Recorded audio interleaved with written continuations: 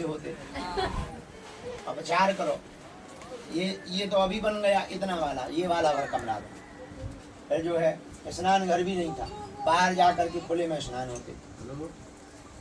लेकिन हनुमान जी की लीला देखो, और खाने को भोजन नहीं, पहनने को कपड़े नहीं, जी रहे बैठे दाऊ साहब।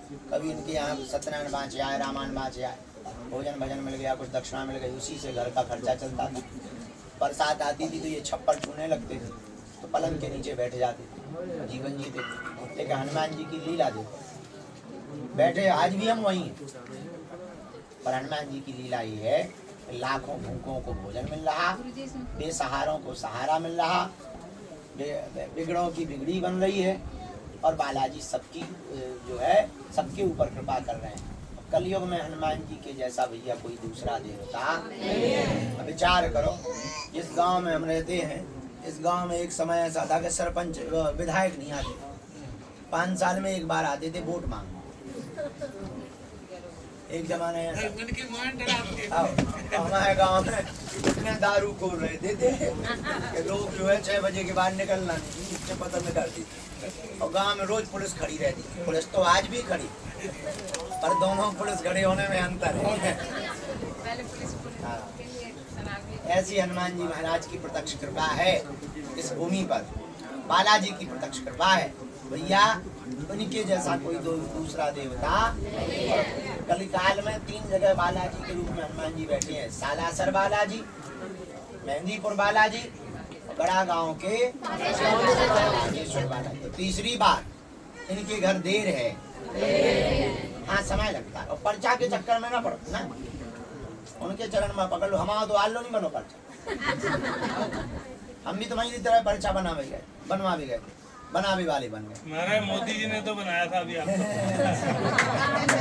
ये तो सरल है, बहुत अच्छे, बहुत प्रेम करते हैं, बहुत सरल है, बहुत मानते हैं।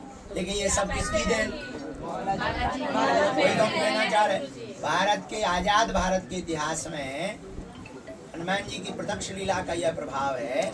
एक ही पीठ पर 8 दिन के अंदर कभी भी प्रधानमंत्री जी और महामहिम जी नहीं पहुंचे। प्रधानमंत्री जी है भी बहुत अच्छे जी, बहुत सरल है, और हिंदुओं के लिए वो गौरव है। उनका जो व्यापक विजन और मिशन है वो बहुत अद्भुत है, वो जो सोचते हैं बहुत अद्भुत सोचते हैं। अलग आपने जगाई ना सनातन धर्म की, किसी ने नहीं, बालाजी की देन। इसलिए आप लोग प्रचार के चक्कर में ना पड़ो, हनुमान जी की चर्चा के चक्कर में पड़ो। बहुत दयालु हैं वे, उनके घर देर है।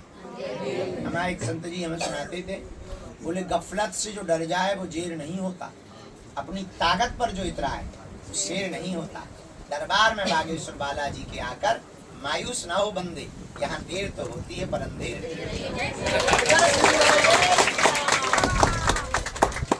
बालाजी के चरण पकड़ो, कबहू तो दीन दयाल के भनक पड़ेगी। भटकने से कृपा नहीं होती है, अटकने से कृपा। भटकने से नहीं, अच्छा लटकने से भी नहीं होती। आओ कि तुम लटक जाओ। एक जगह हमने कहा कि अटकना चाहिए, दूसरे दिन पूरे घर के लोग पाइप पे टंगे थे। हमने कहा ये क्या है? बोले कल आपने ही तो कहा था कि लटकना चाहिए। अरे हमका टटरी के कटारों ने लटकना नहीं कहा था, अटकना कहा था। बोले अटकना क्या है?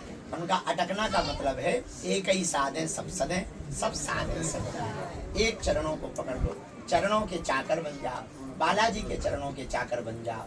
हमें इतना भरोसा है कि तुम्हारी आंखों में आंसू नहीं रहेंगे। तुम्हारी तो छोड़ो, हम तो भगत भी नहीं है, महान निकृष्ट जीव है, महापापी आदमी है। तो हमारे जैसे नालायक कृपा करें तुम पर तो। अरे कहाँ जब भी हमें समय मिल जाए तब हम भूमि में आ जाए, जलनी माता बुला लेती है, इन्हीं की दया है।